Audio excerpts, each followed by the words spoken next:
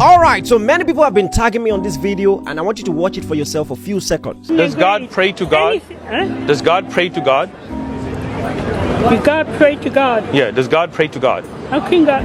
Doesn't make sense. You're right. So here, Jesus went a little further and fell on his face and prayed, saying, "Oh my Father, if it is possible, let this cup You're pass reading from me." Matthew. Yeah, I am Just Matthew. before he died. Okay. Before he got on the cross. And Okay.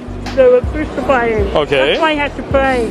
So, but he was So not. So if he was God on earth, how can God pray to God? You see, in this video and in many others, there's a fundamental error, which is the error of the wrong premise.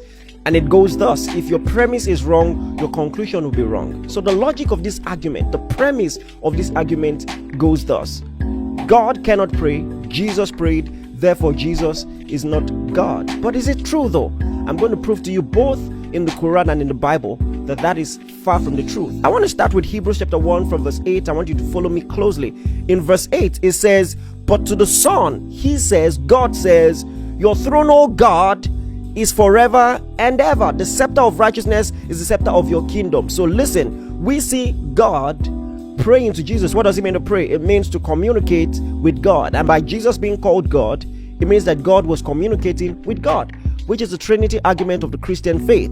All right. And so here we see God communicating with God. So can God pray?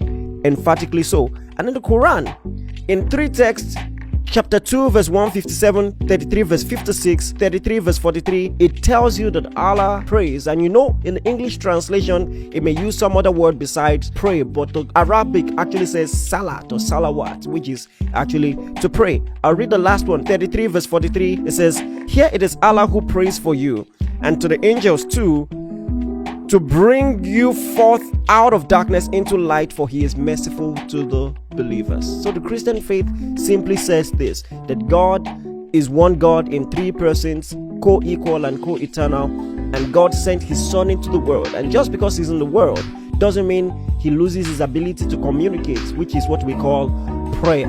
And in fact, if you're having a problem with the fact that Jesus prays and you think that because Jesus prayed, he therefore isn't God, think about it. In the prayers that he made, are these the words of a mere man? Look at John chapter 17, for instance. Jesus is praying here. And in verse 1, it says, "Father, the hour has come, glorify your Son, that your Son may glorify you." What man would dare pray like this? In verse 2, he says, "As you have given him authority over all flesh." Authority over all flesh.